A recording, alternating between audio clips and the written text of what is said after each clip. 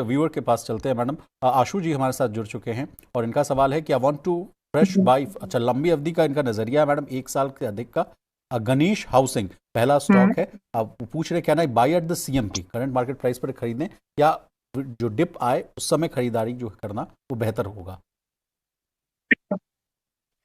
Ganesh housing में वो strength नहीं है, वो क्वालिटी नहीं है जिसको आप पोर्टफोलियो के हिसाब से होल्ड कर सके। अगर आपको कुछ ऐसा होल्ड करना ही है तो हाउसिंग इंडस्ट्री में जाना है आपको, इसमें इस पर्टिकुलर इंडस्ट्री में ही आपको अगर लग रहा है कि पैसा बनाना चाहिए, सो वो डिप आप रादर आप गणेश हाउसिंग में देखें, आप उसको हुडको में ढूंढिए। हुडको आज की डेट में लगभग लगभग 195 पर आया है, थोड़ा सा और वेट करें, हुडको आपको एक बहुत अच्छे भाव पर और मिल जाएगा। बताइए, 220 पर था तो मैंने बोला था 170-85 आ जाएगा एंड 195 आ गया है। तो तो क्या व्हाट अभी भी इस विशाल लेवल जी, पर जब ये अच्छी बातें बाइंग हो बोली सकती है जाती है मैडम? ना, करंट लेवल पर भी अभी बाइंग किया नहीं जा है, सकता है? अभी no no no no no, ये ओके। 170 185 आएगा, अभी 195 है।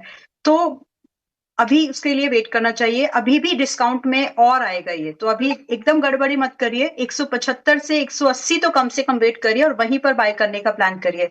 देखिए, वैल्यूएशन बहुत मैटर करती है। अगर आप महंगा खरीद लेंगे तो जी। कोई तो होगा जो उस मार्केट को you don't want to be prey for anybody. तो आप ही ऐसा सस्ता खरीदने की कोशिश करिए जहां से टर्न अराउंड होते होते भी पुल बैक में भी आप थोड़े बहुत प्रॉफिट में हो। That's my approach. और फिलहाल इस स्टॉक में थोड़ा सा एक्सइन्वेस्ट रहेगी, और क्योंकि ओवरऑल रियल्टी सेक्टर पर थोड़ा प्रेशर है, तो थोड़ा बहुत ये स्टॉक्स भी जो उसको फाइनेंसिंग में है, अर्बन डेवलपमेंट में है, उसमें असर दिखेगा। तो अभी वेट करो 175 180 की रेंज का, वहां पर फ्रेश बाइंग कर सकते हैं, जिसमें कि जी। आपको एक minimum target, once the entry gets trigger, आपको एक मिनिमम टारगेट 195 से लेकर के 230 का मिल जाएगा। स्टॉप लॉस जी मेंटेन करेंगे यहाँ पर 150 रुपए का।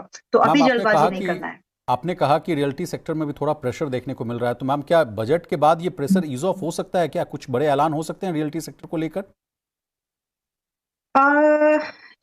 उतने बड़े ऐलान जैसी एक्सपेक्टेशन नहीं है, क्योंकि स्कोप नहीं है। ओके। ऑलरेडी जो पहली बार घर खरीदने वाले लोग हैं उनके लिए ऑलरेडी बात हो चुकी है। थोड़ी सी जो गुंजाइश है पिछले बजट में, जीएसटी को वो लेकर? आई मीन जीएसटी रिडक्शन में जो कंस्ट्रक्शन कॉस्ट थे उसको दे चुके हैं। ज्यादा से ज्यादा जो मैं एक्सपेक्टेशन में रख पा रही हूँ, क्योंकि इंटरेस्ट रेट घटा नहीं सकते आप, लोन मैंडेटरी किसी बैंक को इतना देना है, होम लोन को, उसको भी आप कितना मैंडेट करोगे? एक लिमिट होती है एक चीज की। तो ज्यादा से ज्यादा जो हमको मुझे लग पा रहा है कि हो सकता है 50 से 60 हजार या अप टू 1 लाख का टैक्सेबल इनकम में थोड़ा रिलीफ अगर मिल जाती है, तो उससे जो कंज्यूमर मार्केट है, जो रियल एस्टेट मार्केट है, उसको थोड़ा बहुत बूस्ट मिले। बट ऐसा लग नहीं रहा है। बस यही एक इकलौती एक्सपेक्टेशन है अराउंड द बजट कि 50 हजार से 1 लाख तक का कुछ रिलैक्सेशन टैक्सेबल इनकम में मिल जाए। बाकी और कोई सरकार तो फर्दर ये भी ऐसे कह रही है स्पेशल मैडम, अनाउंसमेंट्स मुझे नहीं लगते। सरकार तो ये भी कह रही है कि आपके लिए तो मैंने सीमेंट पर जो पहले ही जीएसटी घटा दिया, 28% का जो जीएसटी पहले लगता था उसको कम करके 18% कर दिया। अब चलते हैं मैडम बट आशु जी के। जी प्लीज अपनी इनकम नहीं कंक्लूजन। बढ़ी ना लोगों की। जी, वेज इनकम ग्रोथ नहीं को लेकर बढ़ी अभी ना भी लोगों सवाल है। की।